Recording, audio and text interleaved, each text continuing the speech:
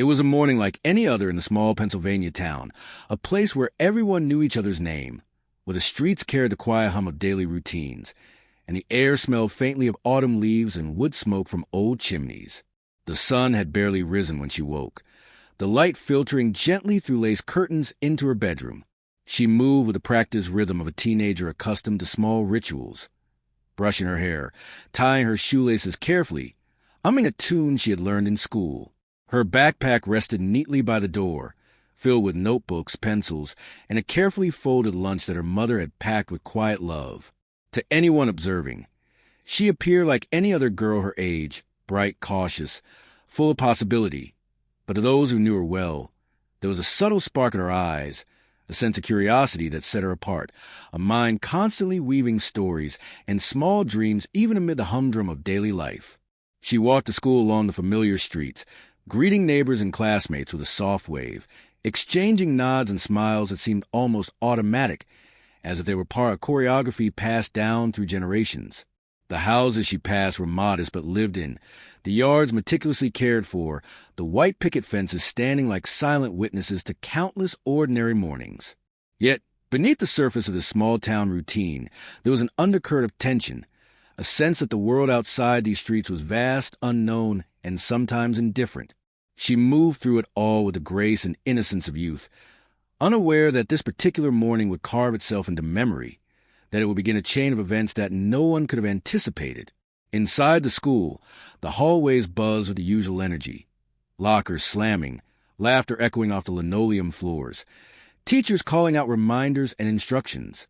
She navigated this familiar terrain with ease, her presence a small, reassuring constant to those around her. Friends waved from lockers nearby, whispering secrets about weekend plans or the latest gossip about the upcoming school dance. There was warmth here, but also the subtle tensions of adolescence, the fleeting rivalries, the whispered comparisons, the small insecurities that everyone carries but rarely acknowledges. She was both participant in this world and slightly apart from it, observing more than she revealed, sensing the layers of human behavior, with a quiet intelligence. But that morning, something shifted, imperceptibly at first, as if a thin thread had been pulled and the balance of her world tilted ever so slightly. She left the school grounds after classes, walking toward her usual route home, a path she had traversed countless times. The sun had climbed higher now, bathing the streets in a golden haze, casting long shadows from the trees lining the sidewalks. And yet, amid this familiar light, there was a silence, subtle but unnerving, a pause in the rhythm of the day that no one could articulate, but everyone would later recall in fragments. She did not know it then, of course. She was just another teenager moving through her morning, her thoughts wandering between math problems, songs she wanted to learn on the piano, and the anticipation of seeing her friends after school. By mid-morning, a ripple of concern had begun to spread.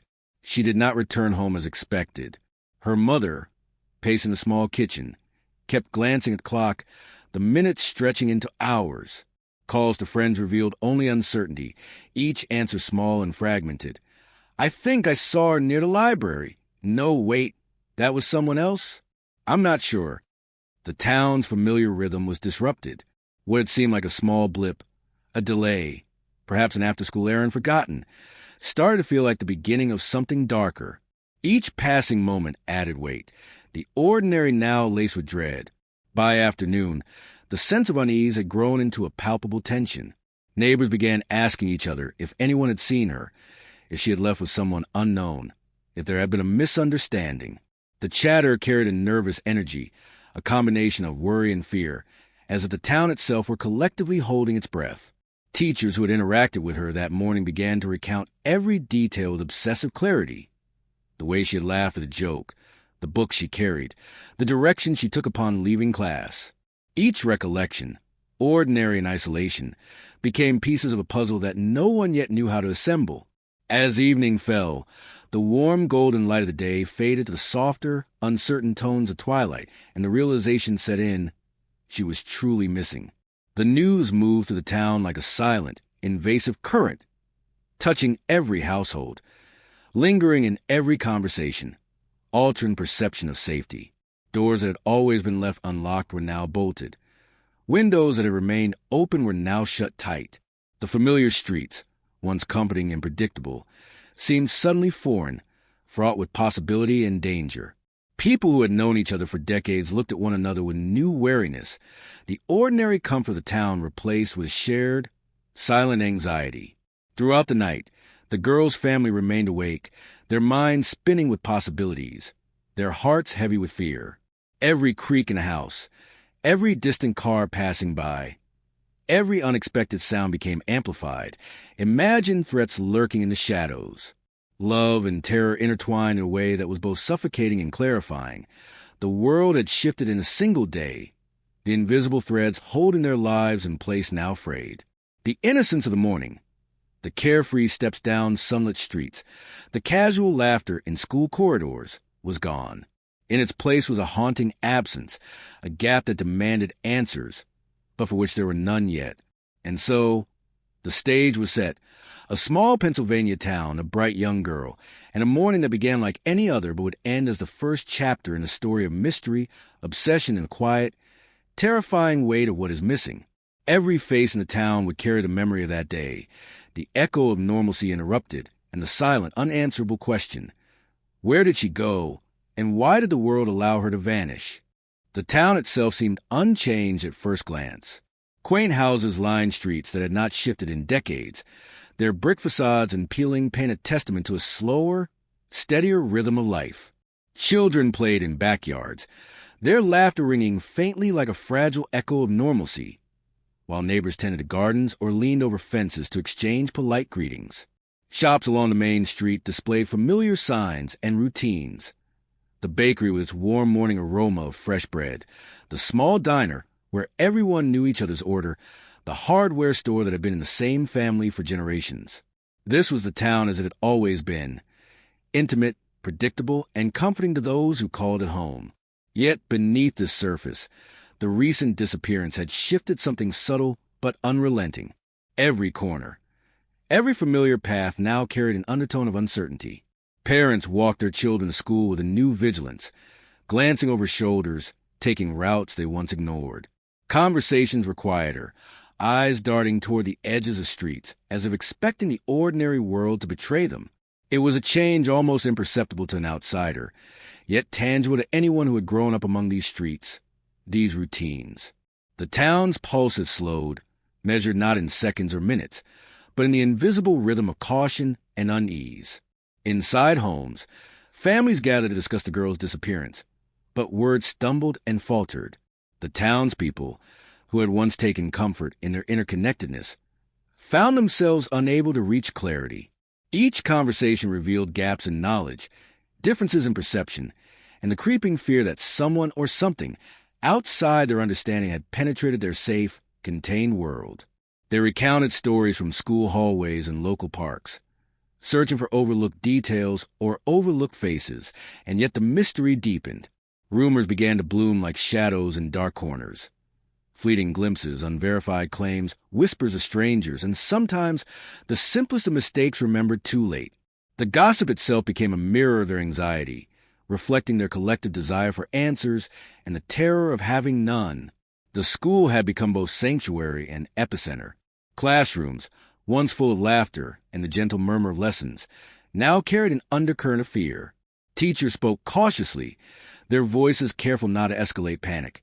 Yet every glance a locker, every absent student, served as a quiet reminder of vulnerability. Students walked the hallways with measured steps, aware of eyes watching from corners, and whispers of "did you hear?" floated through rooms like ghosts. Even the lockers, mundane metal boxes lining the walls, seemed suddenly mysterious. Each one a potential hiding place, a secret yet to be discovered. It was a world transformed by absence, where the ordinary became a landscape of suspicion and anxiety. The law enforcement presence, though limited by the resources of the era, added a layer of both reassurance and tension. Officers patrolled streets in familiar brown uniforms, clipboard in hand, speaking with citizens with careful politeness, their faces unreadable. Investigators walked through homes, schools, and local businesses, taking notes, asking questions, and searching for patterns invisible to the untrained eye. For the townspeople, their presence was both comforting and disquieting. comforting in the sense of action being taken, disquieting because it implied that danger was close enough to warrant scrutiny. Every uniformed figure became a silent acknowledgement of the extraordinary nature of the situation, a visual confirmation that their world had been unsettled in a way that ordinary life could not fully explain. Neighbors began watching one another with new attentiveness. The friendly gestures that had once been exchanged casually were now tinted with suspicion. Who had seen what? Who might have noticed something unusual? In living rooms and kitchens, people recalled minor details they had never considered significant. A stranger asking directions, a car parked too long in front of a house, a figure glimpsed in a window. These recollections, pieced together, formed a mosaic of anxiety that transformed familiar streets into landscapes of uncertainty. The town itself became a participant in the investigation. Every home, tree, and streetlight a potential witness to unseen events. Media attention, though not immediate, arrived soon enough to further amplify the town's unease. Reporters came with notepads and cameras, their questions polite yet probing, their presence a reminder that the disappearance was no longer just a private tragedy. Photographs of the girl appeared in newspapers and on local television, each image carrying the weight of expectation, the silent plea for recognition and help. Families who had previously felt secure in their routines were now confronted with their lives broadcast, analyzed, and speculated upon. The private grief of parents and friends was now a story unfolding in public, intensifying both fear and the urgency to find answers. In these days, the town's communal bonds were tested. Lifelong friendships strained under the weight of worry, minor conflicts amplified by stress and suspicion. People who had once leaned on each other for support found themselves tiptoeing around conversations, afraid to say the wrong thing, fearful that misunderstanding or miscommunication could leave a permanent mark. The shared experience of loss, though uniting in some ways, also brought tension, revealing the fragile underpinnings of what had once seemed like unshakable community. And yet, amid the tension and the unease, life carried on. Shops opened and closed, children still went to school, and neighbors performed acts of quiet care. It was this duality, the ordinary existing alongside the extraordinary, that created the town's haunting rhythm. Every laugh was tinged with caution, every step forward balanced by the fear of the unknown, every glance at the horizon carrying the silent question, when or if would the ordinary ever return? In this way, the town itself became a character, a living, breathing entity whose mood shifted in accordance with the disappearance. The streets, the houses, the school, and the people pulsed with collective anxiety, yet also with hope, a hope fragile and quiet, that she would be found, that the mystery would resolve, and that the fragile sense of safety might one day return. The contrast between the town's surface charm and its undercurrent of fear created a tension that would carry forward into the investigation, shaping both perception and action in the days, weeks, and months to come. The pulse of the town, once steady and predictable, now throbbed with uncertainty, a slow, haunting rhythm that reflected not just the loss of a girl, but the awakening of a community to the fragility of innocence and the shadow that can intrude upon even the most ordinary lives. The moment the authorities were officially notified, the small town's sense of urgency transformed into a tangible, almost palpable tension. Detectives arrived in well-worn brown uniforms, their shoes echoing softly against the streets as they approached homes, schools, and familiar corners with the quiet authority of those trained to observe, question, and piece together fragments of truth from scattered clues. Their presence was at once reassuring and unnerving. Reassuring because it signaled action, and unnerving because it confirmed what the townspeople had feared all along, that the disappearance was real, significant, and troubling in ways no one could yet articulate. The investigation began with methodical care, yet it was immediately hampered by the limitations of the era. There were no instantaneous databases, no digital cameras or surveillance feeds. Every lead required human persistence. Footsteps were traced, memories coaxed, streets combed inch by inch. Officers spoke with neighbors repeatedly, often re-asking questions that had been answered hours or even minutes before, because in cases like these, even the smallest overlooked detail could prove pivotal. Each recollection was scrutinized, each hesitation noted. In the quiet intensity of their work, the detectives became observers not just of facts, but of human psychology, attuned to fear, denial, and the subtleties of grief that colored every interaction. The girl's parents were questioned repeatedly, their grief sometimes spilling over into frustration. Every attempt to recall her morning routine, her movements through the neighborhood, her interactions at school was dissected for inconsistencies or overlooked patterns. They described her meticulously. The way she tied her hair, the laugh that came too quickly, the subtle habits that reveal her careful attentiveness to detail. To outsiders, it might have seemed obsessive, but to those who loved her, every nuance was essential, a small thread that could lead them back to her. Nights were spent revisiting every memory, replaying every step she had taken, wondering if some fleeting glance, some casual word, could be the key to unraveling the mystery. Meanwhile, investigators expanded their focus beyond immediate family and neighbors, venturing into schools, local businesses, and even nearby towns. Teachers were questioned about her behavior. Friends were interrogated gently yet persistently, and classmates recalled seemingly trivial incidents that, in isolation, would mean nothing. A casual comment in the hallway, a glance exchanged, a locker briefly opened and forgotten. These minor details were cataloged, each assigned potential significance. The painstaking work created a tension that stretched over days and nights, a slow-building anxiety that mirrored the growing fear in the town. As searches were organized, the landscape of the town transformed. Volunteers, neighbors, and even curious onlookers took to the streets, parks, and surrounding woods, their presence both a blessing and a burden. Hands scraped against underbrush, boots pressed into muddy paths, voices called out names into empty air, echoing against the backdrop of quiet houses. The repetitive rhythm of searching, walk, call, listen, scan, repeat, became almost ceremonial, a ritual in which hope and dread existed side by side. Each unturned stone, each empty path, became a small testament to the unknown, a silent question mark etched into the fabric of the town. Simultaneously, media coverage began to punctuate the town's daily life. Journalists arrived with notebooks and cameras, capturing photographs of streets, families, and empty classrooms. Each article, each broadcast segment, amplified the sense of urgency, while also creating pressure for investigators to produce results. The townspeople, now caught between private anxiety and public scrutiny, felt the weight of collective observation. A missing girl was no longer a personal tragedy contained within one household. It had become a spectacle of uncertainty, with eyes watching from near and far, each expecting answers that were not yet available. The investigation revealed more than just procedural obstacles. It exposed the subtle fractures within relationships and community trust. Friends and neighbors who had once interacted casually now found themselves scrutinized, their statements weighed for truthfulness and potential hidden motives. Suspicion, though unspoken in many cases, lingered like a shadow over daily interactions. Parents whispered warnings to their children. Teachers exchanged knowing glances, and casual smiles became tempered with wariness. Even the most familiar faces could no longer be assumed safe, for the unknown had intruded, leaving a trail of doubt in its wake. Investigators often returned to girls' school, poring over class schedules, locker assignments, and personal belongings.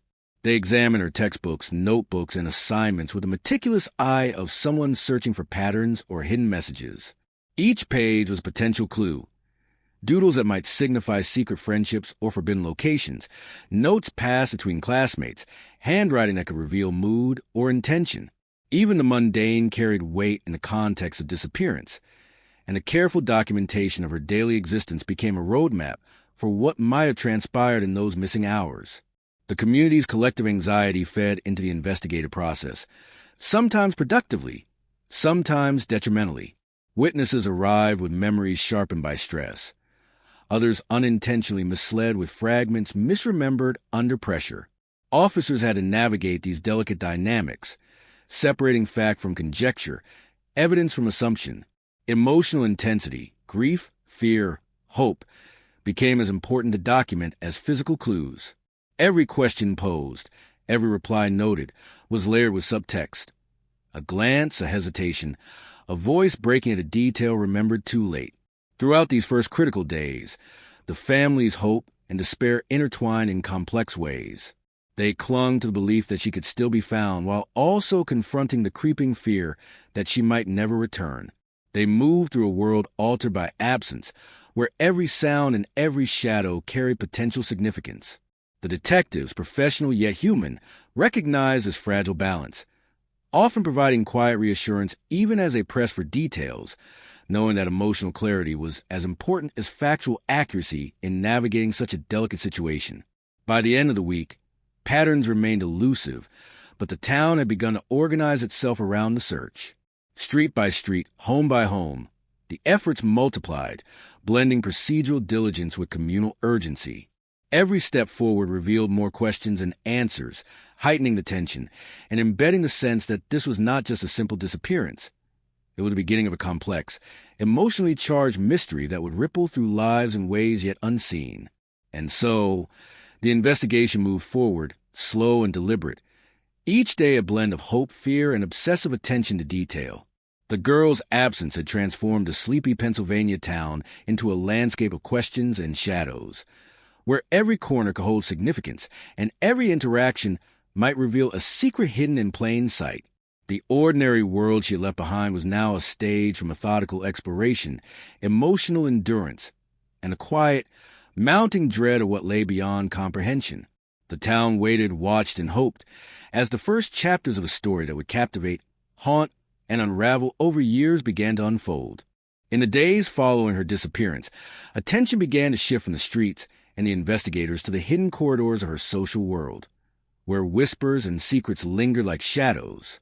Friends who had laughed beside her in school now became key pieces of an emotional puzzle, their memories combed through with a delicate scrutiny that made ordinary teenage behavior feel suddenly weighty. Each interaction she had had, the jokes she shared, the confidences she whispered, the fleeting glances exchanged in hallways, was examined for significance.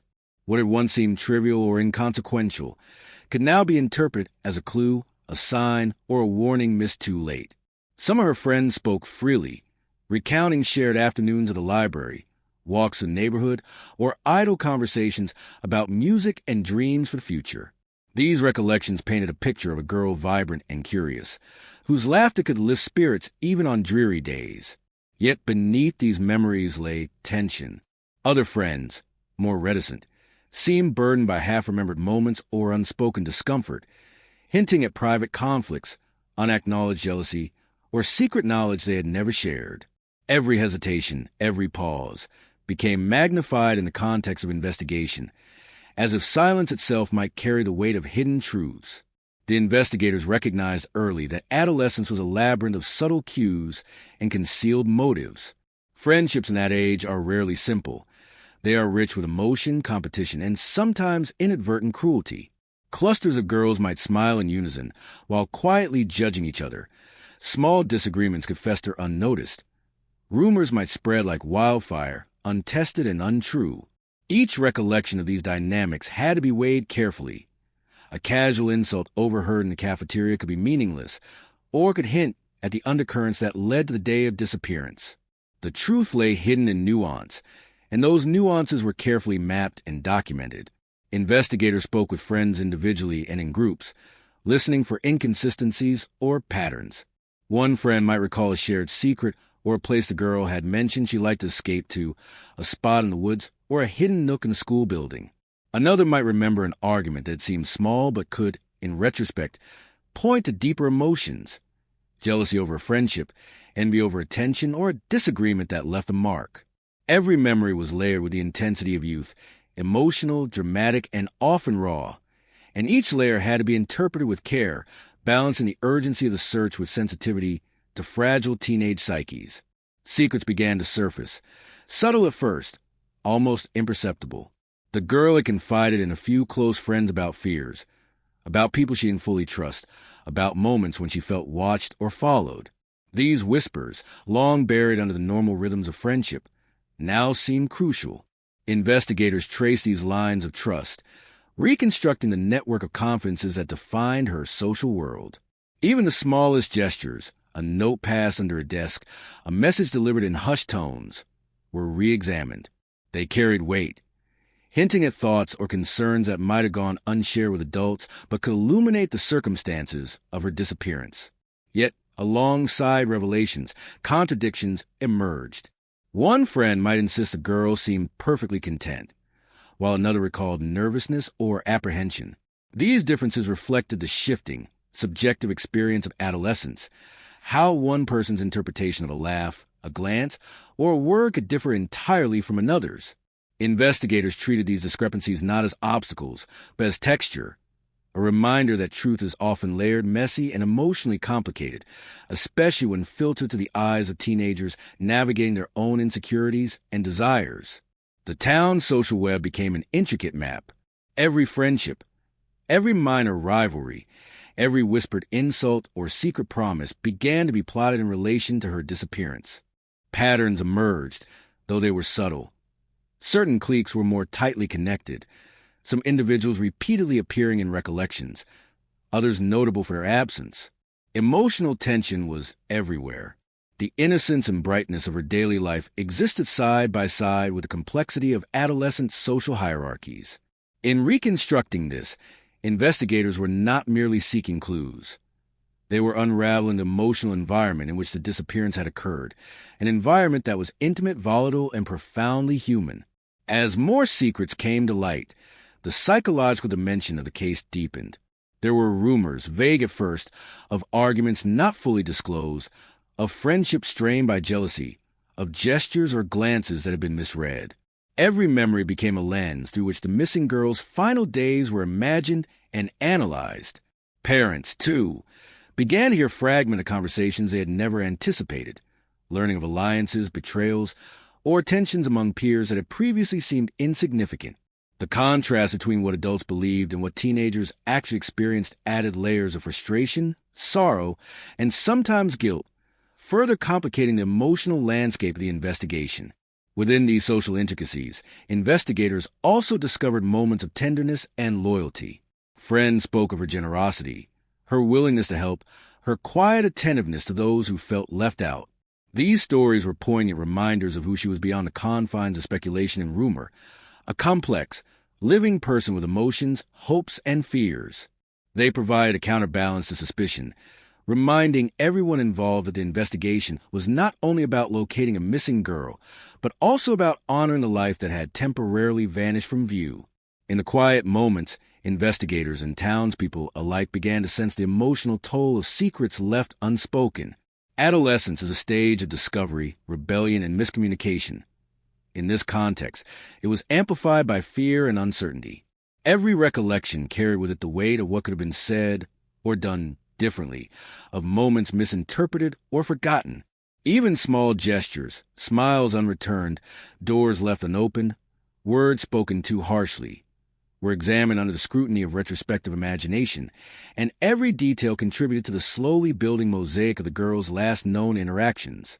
By the end of this phase, the town was not only a place of geography, but also a living psychological map.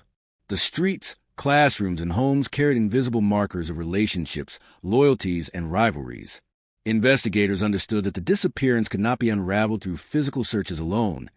It required an understanding of the social and emotional terrain, of how a young girl moved through a network of trust and tension.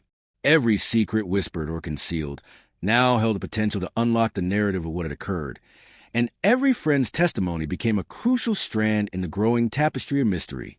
And so, as investigators mapped the interplay of friendships and hidden truths, the girl's social world became both a source of revelation and a reminder of human complexity. The laughter, the arguments, the quiet confidences, all contributed to a portrait that was rich, emotional, and profoundly moving. It was within this intricate web that the first hints of deeper mystery began to emerge, foreshadowing discoveries that would alter not just the investigation, but the understanding of who she was, where she had been, and what secrets lay behind the ordinary mask of teenage life. In this section of the story, the emotional heartbeat of her disappearance became tangible, layered, and haunting, drawing viewers into the intimate, intricate world that had been invisible until crisis revealed it. The discovery of the key in Ellen's locker had shifted everything. It was small, almost insignificant in appearance, a tarnished brass locker key, maybe to a school cabinet, maybe to something else entirely. But what unsettled everyone wasn't its existence. It was that it didn't belong to Ellen. The number etched faintly on it, #314, didn't match any locker in the school. It was the wrong kind of key altogether. And that's what began to make the people of Red Hill nervous. Because Ellen wasn't just gone. She had left behind a clue that belonged nowhere. The local police department, housed in a creaking 2-story brick building at the edge of town, handled things the way small towns often did. Slowly, with the kind of patience born of routine. Detective Charles Renner, a veteran officer with 30 years behind him, was the one assigned to the case. He wasn't a bad man, just weary. He'd seen runaways before, seen teenagers vanish for a few weeks only to be found in the next town over, hair dyed, stories rehearsed. But something about Ellen felt different. He could feel in the way the town whispered her name, in the way the teachers avoided eye contact when asked about her, and in the way her mother's voice trembled, not with hope, but with a strange kind of certainty that her daughter wasn't coming home. When Renner held the key in his hand for the first time, he turned it over and over again, squinting at the faint scratches on its surface. It wasn't a school locker key. Too heavy, too old. "Where'd you say you found this?" he asked, his tone casual, but his eyes sharp. "Inside her locker," replied Officer Moore, the younger patrolman who'd done the initial search. "Taped under the top shelf. Hidden, like she didn't want anyone to find it." Renner exhaled slowly. So she had a key, but not to her own locker. Outside, the November rain had started again, falling in fine silver lines across the windows. The sound filled the silence that followed. Renner looked back at Ellen's file, a clean academic record, perfect attendance, a handful of disciplinary notes that were almost trivial, daydreaming in class, absent-minded during exams, frequent library visits without checkout records. On the surface, nothing was unusual. But the more he read, the more it began to feel like the quiet of forest before a storm. Peaceful, but unnatural. He drove to the school the next morning, just after sunrise. The halls were still empty, and the janitor was finishing his rounds. The man, gray-haired and soft-spoken, seemed reluctant to talk. But when Renner mentioned the key, something flickered across his face. A brief, nervous recognition. "You said number 314? "Yes." "That's not a locker number here," the janitor murmured. "But it used to be years ago, before the renovations. The old storage rooms in the basement. We sealed those off." Renner felt a chill that wasn't from the morning cold. "Sealed off." "Yeah," the janitor nodded. "Old classrooms, records, broken furniture. Nobody's been down there in years." He found the entrance later that morning. A heavy steel door behind the gymnasium, half covered by stacked boxes and an unused scoreboard. The padlock was rusted shut, but the metal tag above it read faintly, "Storage Room 314." When the key fit perfectly, Renner felt his breath catch. The lock clicked open, and the door swung slowly inward, releasing a musty breath of air that smelled like paper, dust, and something faintly sweet, like old flowers left too long in a vase. Inside was a room of forgotten things. Desks piled on top of one another. Cardboard boxes filled with yellowed attendance records. A row of old yearbooks, their covers warped by humidity. The flickering flashlight beam cut through the dark, landing on small details. Initials carved into a wooden table. A cracked chalkboard with faint writing still visible, and a line of old filing cabinets that looked untouched for decades. Renner walked slowly, his boots echoing faintly. He wasn't sure what he was looking for. Maybe a note, maybe something that could explain why Ellen had hidden that key. But what he found instead was stranger. On the far side of the room, someone had pinned photographs to the wall. Not many, just 4 or 5. They were Polaroids, faded and curled at the edges. And in the center of them was Ellen. The pictures were old, months, maybe even a year before her disappearance. In one, she stood by the lake at dusk, her reflection stretched in across the water. In another, she was sitting at her school desk, looking away from the camera, her hand half raised like she just noticed someone watching her. In another, a close-up, her eyes wide, unfocused, almost frightened. There were no names, no notes, no fingerprints. Just her, captured by someone who had been close enough to see her, but hidden enough to remain invisible. Renner felt the cold crawl up his spine. He took a step back and looked around again. Every shadow seemed deeper now, every corner holding its breath. Someone had been watching Ellen long before she disappeared. Someone had been keeping her secret. Or worse, their secret. He gathered the photos carefully and placed them into a plastic evidence bag, his mind racing. Who had access to this room? Why was it sealed? Why had Ellen known about it when no one else did? By the time he emerged from the basement, the morning light had turned pale and brittle. The janitor was gone, the hallways empty again. He looked back one last time at the door to room 314, the same number etched onto that small, forgotten key. He didn't say it out loud, but he knew it in his bones. This wasn't just a missing persons case anymore. Ellen wasn't runaway. She was a message, one written in silence, in secrets, and in the kind of fear that leaves clues only to those willing to see them. And somewhere, buried in that abandoned room, her story was still breathing, quietly, waiting for someone to listen. Detective Renner didn't sleep that night. The images of the Polaroids replayed behind his eyelids every time he tried to close them.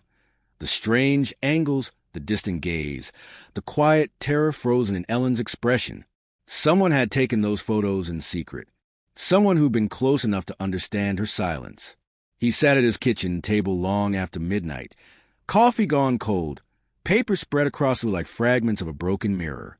Every note from Ellen's teachers, every page from her school records, every photograph from her home, all of it told a story of a girl no one had really seen.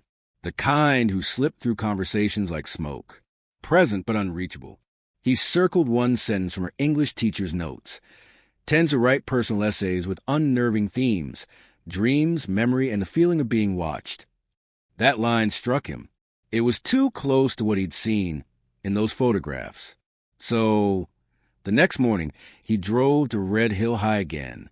The school felt different now. The kind of different that comes after you've learned something you shouldn't have. The lockers still hummed faintly with chatter and the metallic rhythm of slamming doors. But beneath that, there was a low tension in the air, a quiet curiosity that students always have when something dark touches their small world. Renner walked straight to the English department. Miss Karen Lively, Ellen's literature teacher, was a young woman in her early 30s, soft-voiced but sharp-eyed. When she saw him, her expression shifted slightly, polite curiosity giving way to unease. "I want to ask you about Ellen Wilkes," Renner said, sitting across from her cluttered desk. "You wrote something about her writing habits. Can you tell me more?" Karen folded her hands. Ellen was different. She didn't write the way most kids do. She didn't write for grades. Her essays felt like confessions. She paused, searching for the right words. In her last piece, she wrote about a room with no windows that she used to visit in her dreams.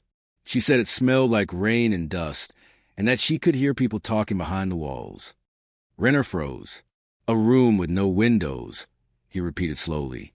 Karen nodded. "I thought it was metaphorical. You know, a symbol for isolation, maybe depression. But when she disappeared, I couldn't stop thinking about it." He asked to see the essay, and Karen pulled a manila folder from a drawer, handing it to him with quiet hesitation. The paper was slightly wrinkled, written in blue ink, the handwriting neat but hurried, as if she wanted to get the words out before they slipped away. Renner read silently. "There's a place in the school where time doesn't move. I go there when I'm not supposed to. Sometimes I hear my name, but it's not a voice. It's the sound of keys, metal turning in a lock. I think someone left something for me there, something I'm supposed to remember. When I close my eyes, I see the number 314. He looked up, his pulse thudding. The essay was dated October 14th, just 2 weeks before Ellen vanished. Karen watched him carefully. "Detective, is it true what they're saying? That they found something in her locker?" Renner didn't answer. He slipped the essay into his folder, his mind already spiraling. Outside, the sky had turned gray again. The air smelled of wet asphalt. He stopped by the cafeteria, scanning the crowd of students. Conversations dropped when he walked by, whispers trailing behind him like shadows. One girl at the corner table caught his eye. She had short, dark hair and the hollow look of someone who hadn't slept. "You were friend with Ellen?" he asked gently. The girl hesitated. "Kind of. We used to talk after class. She liked the old library rooms, the ones no one goes to. Did she ever mention the basement? Room 314? The girl frowned. That's the place she said she dreamed about. She said she could hear something behind the walls, like someone trying to speak through them. Renner thanked her and walked out, the words echoing in his mind. Someone trying to speak through the walls. By afternoon, he was back at the old storage room. This time, he brought a flashlight, gloves, and a sense of dread that felt heavier than the air itself. The corridor was darker than before, as if the building itself was holding its breath. He unlocked the door again and stepped inside. The beam of his flashlight caught dust swirling in the air like slow-moving snow. The Polaroids were gone. The wall where they had been pinned was bare now, just tiny nail holes left behind. He crouched, scanning the floor, the shelves, the corners. That's when he saw it. A single piece of paper wedged beneath a desk leg. He pulled it out carefully. It was a note written in Ellen's handwriting. Only 3 words. He found me. Renner stared at it, the air tightening around him. The ink was smudged, not by age but by moisture, as if someone had held it with trembling fingers. He turned slowly, flashlight sweeping across the room. The air felt alive, humming faintly. And then he noticed something he hadn't before, faint marks on the wall near the floor. Scratches, like someone had dragged something heavy. He knelt, brushing his hand across the concrete. The texture shifted. There was a thin seam, a panel, disguised beneath layers of paint. He pushed against it gently, and it moved. A hidden crawl space, just wide enough for a person to slip through. The smell hit him first, old air, damp wood, and something metallic. He crouched low, shining his light inside. It led to another narrow passage, ending in a small concrete chamber. Inside it were piles of papers, small personal items, a hair ribbon, a broken pencil, a notebook half filled with Ellen's handwriting. But what froze him wasn't what was inside. It was the wall. Someone had written words across it in faint, uneven strokes. I wasn't supposed to open the door. Renner stepped back, his breath quickening. This wasn't just a secret hiding spot. It was a place Ellen had found, or been taken to. A place where she had been aware of something, or someone, far before her disappearance. He stood in silence for a long time, the flashlight trembling in his hand. Somewhere above him, the school bell rang, echoing faintly through the vents. Life went on, unaware of the quiet horror sealed beneath its floors. And in that darkness, Detective Renner realized something that would keep him awake for the rest of his life. Ellen hadn't been running from someone. She had been running towards something she'd already seen before, something that had once held the key she'd left behind. The days and nights following Ellen's disappearance stretched endlessly for her family. The house, once warm with routine and laughter, had transformed into a landscape of silence, punctuated only by the echo of unanswered questions. Her mother, Mary Ann, spent hours sitting by the window in the living room, a half-finished cup of tea growing cold on the table beside her. Every sound outside, the distant bark of a dog, the faint crunch of tires on wet asphalt, the creaking of the old wooden fence, sent her heart into her throat. She pressed her hands together as if she could physically will her daughter back, willing the world to undo itself, to return to the calm morning she had left behind. Her father, Robert, paced the narrow hallways at all hours, muttering to himself in low, fractured sentences.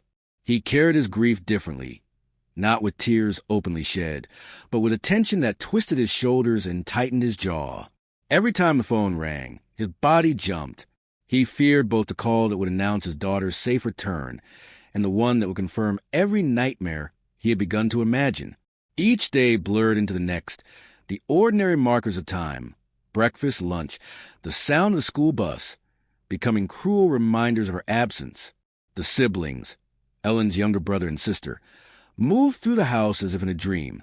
They whispered to one another, seeking comfort and answers in fragments of conversation, while also navigating confusion and fear that only children can feel when their world suddenly becomes unpredictable. They would sometimes glance at her empty room, at the neatly arranged desk, the little trinket she had left behind, and pretend it was still hers, as if their imagination could bridge the gap between the world as it had been and the world as it was now. Family, friends, and neighbors came and went, offering help, condolences, and reassurances that sometimes fell hollow. They brought casseroles and blankets, left notes with their phone numbers scrawled in haste, and whispered words of hope that could not mask the tension in their own faces. Some stayed too long. Others avoided the house entirely, afraid of confronting the grief that had settled so deeply.